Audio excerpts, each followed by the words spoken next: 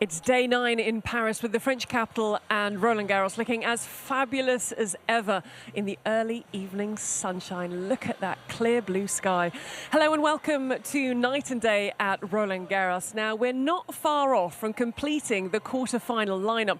So with that in mind, here for you is what we have for you on tonight's show. It's the first Roland-Garros quarter-final for Ons Jabeur. Casper Ruud coming into form at just the right time. And the stage is set for more late-night action on Philippe Chatrier. And taking centre stage this evening, you'll start to see the spectators make their way into the stadium throughout the course of the show. The noise will get louder, the entertainment will begin.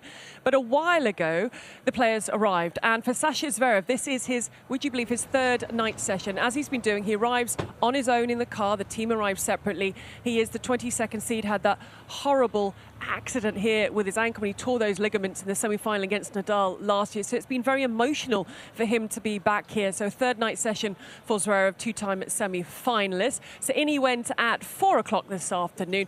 He will be up against the men, and I'm concerned that Grigor Dimitrov forgot it was a night session because this was 9 o'clock this morning, which probably explains why the hood is up, because that is very early.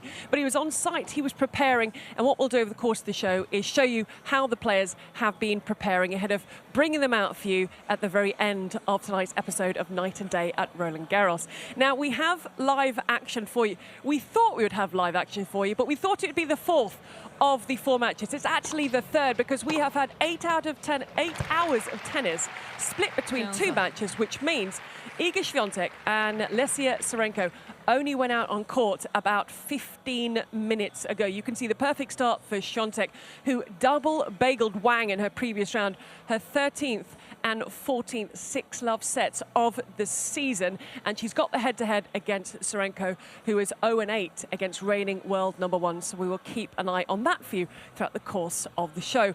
But let's get to the players who have already confirmed their place in the last 8. And we start with a lady who had a very early exit last year. First round on the Sunday. Not so for Ons Jabeur, who is through to her first Roland-Garros semi-final. Now, she's up against Bernarda Pera. And for Jabeur, who's really grown in confidence, she said there were a few nerves in her first round match. She had to really shake off what happened last time out, because it was such a shock with the build-up that she'd had. She's had some medical procedures this year. She's had some injury layoffs, but she looks so good out there today. A first Roland-Garros quarter-final. It's her 5th Grand Slam quarter-final. And she's now reached at least the quarter-final in all 4 majors. She's an absolute trailblazer, Ons Jabeur. It took her just 63 minutes to come through against Bernarda Pera, so 6-3, 6-1, a comfortable scoreline. This was the first match on Philippe Chatrier. She'll have been delighted to get it done and to get off court. And while on court afterwards, she gave her interview in French. When she spoke to the assorted media a little bit later, here for you is what she had to say in English. Yeah, I mean, great match. I was, expecting her to, play better, but I know played a great tennis, and I mean, thank God I was able to hold my serve at the end, and yeah, hopefully the game will be better for the next matches. I mean, yeah, it was the only Grand Slam missing. I'm very happy with the performance, with the way I was, playing, especially coming back after an injury. I was just taking it 1 match at a time, trying to make it to the second week, and now I'm gonna push more for the next few matches, and yeah, hopefully better than a quarterfinal here. Looking forward for a semi-final. Now to our first epic of the day. This lasted an incredible 3 hours and 51 minutes. Beatriz Haddad-Maia, the 14th seed from Brazil, up against Sara Sorribes Tormo. Tormo going through after Elena Rybakina, the Wimbledon champion, had to withdraw. Now, Haddad-Maia was a set and love 3 down, but she was able to hang in there. It was very difficult for either player to hold their serve. It was a real battle. It was an attritional battle out there on Susan Longland. With Beatriz Haddad-Maia, she was looking for a little bit of history to be the first Brazilian woman to reach a Grand Slam quarter-final since 1968. Now, it would be her 4th match point with which she would take it. In the first set, she served for it 3 times, and as you can see, went on to lose the first set, so the composure of Haddad-Maia. Now, this is the longest match, not just a women's match at Roland-Garros, but the longest WTA match of 2023, the second longest also featured the Brazilian. Credit to Sara Sorribes Tormo for the effort, a lovely embrace between the two at the end. But what a moment for Beatrice Haddad-Maia to reach her first Grand Slam quarter-final. Live ranking, she's up to 13. That is one of her career high. She's through to face Ons Jabeur in the last 8. And as you can imagine, she was happy, she was emotional, she was tired when she spoke after the match on court. I think the emotion were there for both of us. As I said, the last match, when we play big matches against big players in big tournaments, and we played almost 4 hours, so it's not only about tennis, it's a lot of things that comes through our minds, but I was trying to give one more chance for me because I knew that I was missing a few shots that I was trying to find myself, but I'm very happy and proud that I did not give up, and I was trying to push until my limit, and I think I deserve it because of that. Finally translating that tour form into Grand Slams, the Brazilian now to last year's runner-up when she was runner-up both the singles and the doubles. Still a teenager, just 19 years of age, Coco Gauff. She was up against Anna Karolina Schmidlova, who's had time off the tour, and she's looking at tennis now in a different light. Now, Coco Gauff, the 6th seed here, she was actually 5-2 up in that first set, Gauff, but Anna Karolina Schmidlova pushed her all the way. Now, a top 10 debut for Coco Gauff. You've got to think that was only last September. Everything has happened so recently. She is still so young, and she was looking for a 3rd consecutive Grand Slam quarter-final here at Roland-Garros, and a 4th Grand Slam quarter-final overall. She loves this service. She moves so well on this service. And she's also, with that win, the first player to secure 15-plus women's singles main draw wins at Roland-Garros as a teenager since Martina Hingis in 1998. Quite incredible for Coco Gauff, who made her maiden Grand Slam final here last year. So through in straight sets, 7-5, 6-2. It's the 3rd match on Philippe Chatrier, the final one of the day session. Here are Gauff's thoughts on court afterwards.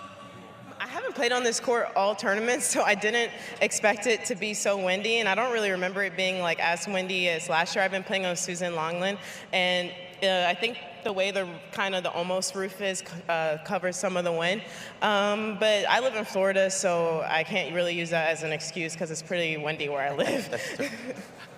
Now we're keeping an eye on Coco Gauff's next opponent. Is it going to be Iga Swiatek, the defending champion and the world #1, or is it going to be her opponent Lesia Tsurenko from Ukraine? Tsurenko is ranked at 66 in the world at the moment. Now they were delayed going out onto Susan Longland, an opportunity for Tsurenko to get herself on the board. Swiatek has really been getting into her groove. She had the injury problem in Rome. People wondered how that would affect Swiatek coming into these championships, because you'll remember that last year she was an absolute tear in terms of her unbeaten run, but she's shown that she's got stronger and stronger. She's come through the tournament. She's raced to a 4-love start with 22 minutes on the clock, but Lesia Tsurenko is a fighter. She's shown that through this tournament with the results she's had.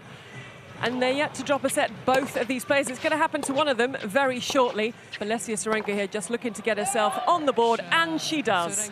So as things stand, it's 4-1 in favour of Swiatek over on Susan Longland. And we'll have another little update for you on that before the end of the show. Right, to the men who have secured their place in the quarterfinals, and we will return to the court behind me, Philippe Chatrier. Now, this was the second match of the day, and it was Casper Ruud, last year's finalist. The Norwegian was up against a man in form on this service, the Geneva winner, Nicolas Jarry.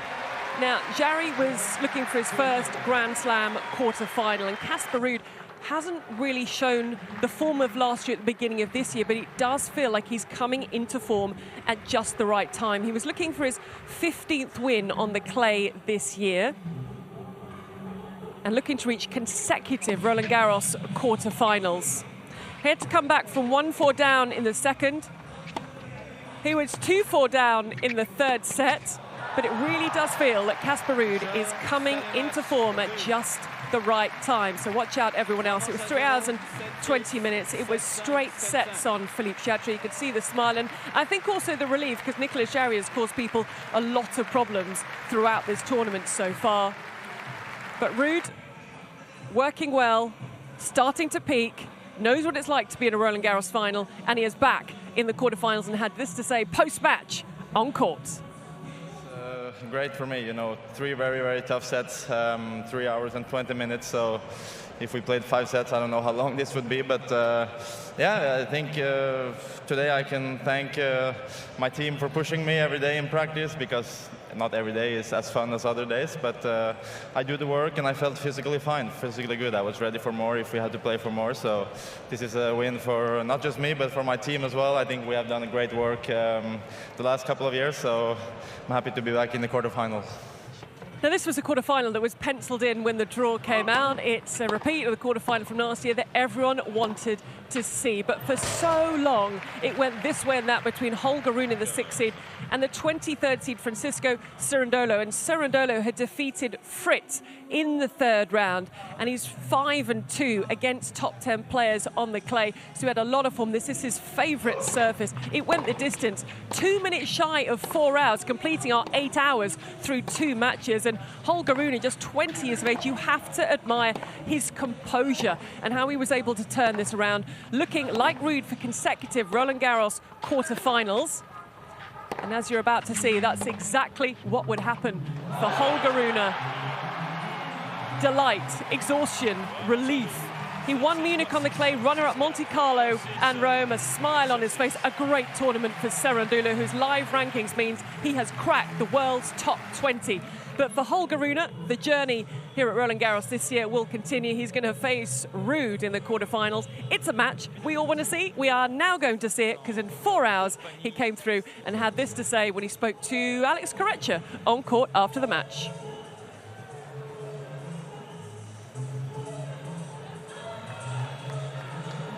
It's very hard. I mean, it's a unique feeling to stay on this court in front of incredible crowd. So, I mean, it was so much fun, guys. So thank you so much. Thank you.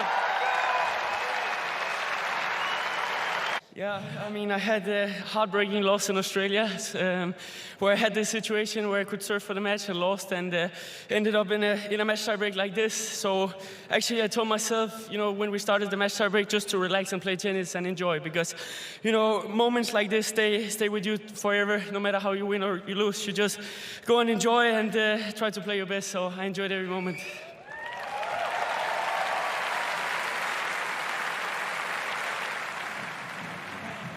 I have to say, at times, it didn't look like Holger Rune was having fun, and it doesn't look as though Lesia Tsurenko is having much fun either. A medical timeout for Lesia Tsurenko. You see on the scoreboard, if you're just joining us, that Świątek, she moved to a 3-love lead. A little bit of emotion there for Lesia Tsurenko. She is going to carry on. She just managed to break the Świątek serve. She drew the error. She got a game on the board, but Świątek on the clay is going to move her opponent around. It's going to be very interesting to see how that one works out, and we will keep an eye on that for you here on Night and Day at Roland-Garros. Now, with all the matches taking place, and we have different competitions that are starting every day, it means when it comes to choosing our moment of the day, we have a lot to choose from. But after much deliberation, this is the one that we settled on today.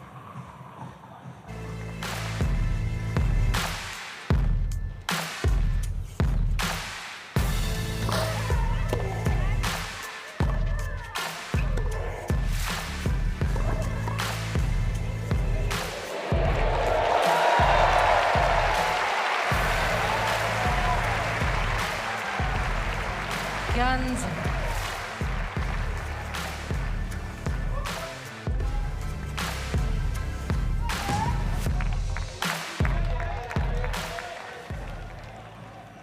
Not bad, was it? If you had a different one, let us know via the social media channels, the official Roland-Garros social media channels. We will go back to Sue Longland very shortly to see how Lesia Tsurenko is bearing up. But firstly, we're following the players who are in the night session tonight. We saw them arrive a little bit earlier. Then normally we follow them to the gym, and that's exactly where Sasha Zverev went.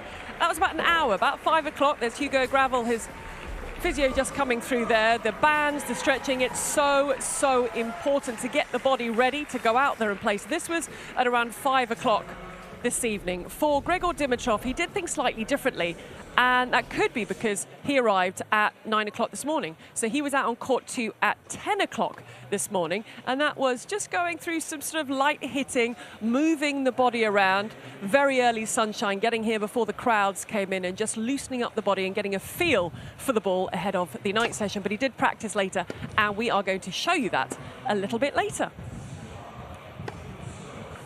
And we're keeping an eye on things on Susan Longland to see if Lesia Tsurenko is going to be able to continue against Iga Świątek. We saw that she'd taken a game off her. She was 4-1 down, and we saw that the trainer was out. That's taking place on Susan Longland. It's a match that was due to start many, many hours ago, but really struggling Lesia Tsurenko. She wants to be out there. She wants to be able to compete. But if you're not at your best and you are injured, it's going to be nigh on impossible against the defending champion and world #1, Iga Świątek.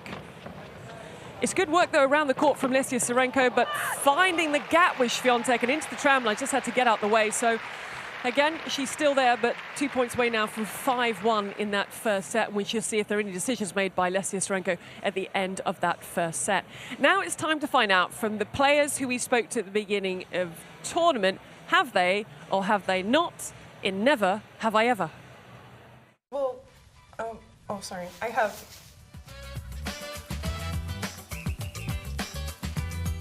No, never. I have not. Do you ever have a tattoo? I don't think so.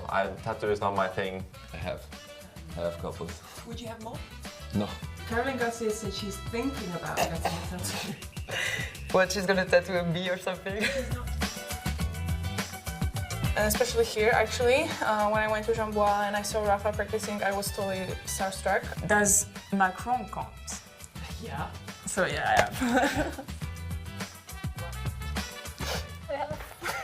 I'm sorry. It was actually at Charleston last year. I took Ayla Tomjanovic's bag. I went back to the hotel and she has a match.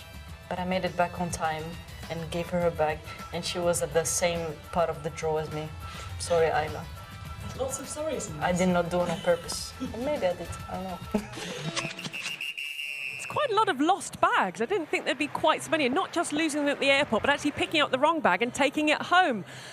Lesia Tsurenko, unfortunately, looks like she's not going to be able to continue. She's leaning forward, she's shaking hands with Iga Świątek. I think she wanted to continue after the medical timeout to see if she could give it her best. But as I mentioned, if you're not at your best, if there is an injury, if there is an niggle, you don't want to make it worse. The season is still fairly young. Look at the disappointment on Lesia Tsurenko's face. Came out here to battle. She hadn't dropped a set, Lesia Tsurenko, and technically she still hasn't, but she was 5-1 down, and it is so sad to see for Lesia Tsurenko retiring 1-5 down after having that medical timeout and playing one more game to see if she could continue. So it's Iga Świątek who moves through to the quarterfinals, the defending champion. And then it becomes interesting in terms of the #1 ranking. Remember, that's being a battle between Iga Świątek and Aryna Sabalenka, who are both still in the competition, and it could come down to the final if they're both still there. But we wish Lesia Tsurenko a speedy recovery. She gave it her best, she tried to carry on, but she realized she couldn't. So Thomas Martin Echeverry and Yoshihito Nishioka, they will have got word that the match is over and they will soon be out on Susan Longland. So plenty of tennis still to come. Now, a tournament that's getting underway tomorrow is one we always look forward to. It is the Legends Tournament. Now, we have a men's, we have a women's, and we have a mix. Now, I'm not going to name the Legends for you. You're going to have to see how many you can spot. So today started before they came down to the media restaurant. They were up by the Roland-Garros clay walls, the spectators, for a photo shoot. Spectators could take photos of them. And here, it's down in the media restaurant, and that gave the media a chance to just ask some questions and speak to the great and good. Now, they're going to be teaming up with each other. The men and women are going to get together for the mix. I do love the Mixed Legends event. Michael Chang, though, I said I wasn't going to name them for you. And another host of legends, see Daniela Hanzakova in your picture there, Francesca Schiavone, and many, many more. I've started naming them, and I said I wasn't going to help you. But the Legends Tournament gets underway tomorrow, and we will keep across how that gets on. We've also got the wheelchair tournament that's be getting underway as well. So everything we're going to keep across, and you can always have a look at RolandGarros.com or the social media channels. Right, as the wind picks up, as it has a tendency to do, and the sun starts to dip, we can conclude your build-up to this evening's night session.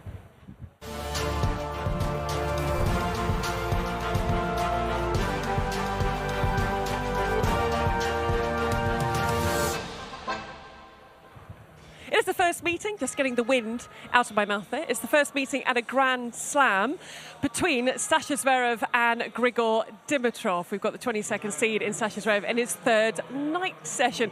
Concluding practice, we got the final practice to have a, you can have a look at if you'd like to. It's Sasha Zverev. He was on court 2 a little bit earlier, and that was just completing things. So he had arrived at 4 o'clock, he'd been at the gym at 5 o'clock, and then Zverev went out onto the practice court, getting himself sorted. As I mentioned, he came on his own, he joined up with the team at the gym, and then looks in pretty good spirits, and physically, he'll be prepared for the night session because it's the third one that he's had. So his body will be used to the rhythm and used to the routine because it can be a big change.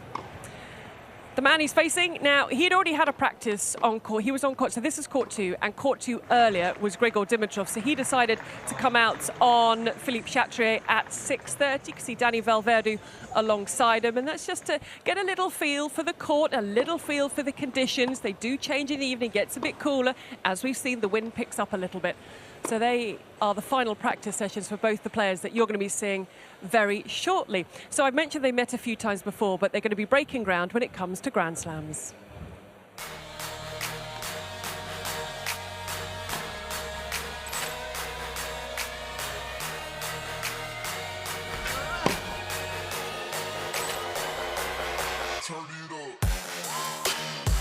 And now I'm here to play some of the best players in the world, and today was definitely the case in that. I'm happy with the win and happy we're through. I need to prepare for a very tough match, so I'm really got to stay within me and look forward to the next one.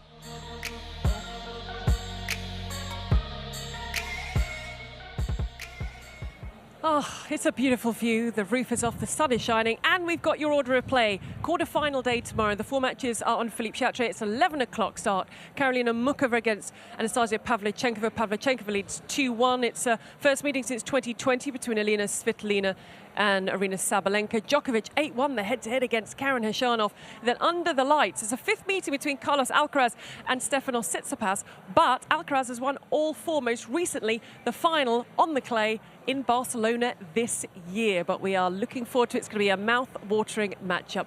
But before that, we have to complete our quarter-final lineup because there are still 2 spots to fill. They're both in the men's draw, and the men who'll be contesting the match out on Philippe Chatrier this evening are in the tunnel. The lights are dark and it's beautiful outside, but then you go into the darkness of the tunnel with the flashing lights, building up the atmosphere and the mood for what's to come tonight. And it is Sasha Zverev against Grigor Dimitrov. Now they are assembling themselves as the crowd make their way in, trying to find out their seats, being directed, get yourself in and sitting down, because in a few moments' time, if they're not sitting down, we're going to have the players welcomed out onto Philippe Chatrier.